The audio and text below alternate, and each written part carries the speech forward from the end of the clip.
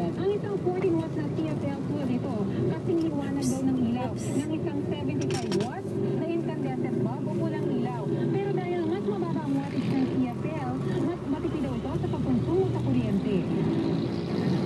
8 hanggang 10 taon maaaring tumagal ang CFL. Kumpara sa bombilya na ilang buwan lang, punito na. Para maingganyo ang mga tao na magtipid sa kuryente, mamahagi ang DOE ng 3.6 million na CFL sa September 22.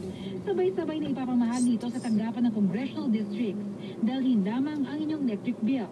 Nauna na namahagi ng 5 million na CFL ang DOE sa mga bahay noong 2011. Gamit ang fluorescent lights, nakakatipid daw ang gobyerno ng 2.23 million pesos kada taon. Bukod dyan, mas nakabubuti raw sa kalikasan ng paggamit ng CFL. The more you use energy, merong emission siya ng carbon dioxide. So pagka less or electricity ang nakokonsume mo, mas nababawasan yung carbon dioxide emission. So it also contributes towards the environment. Bernadette Reyes, nakatutok, 24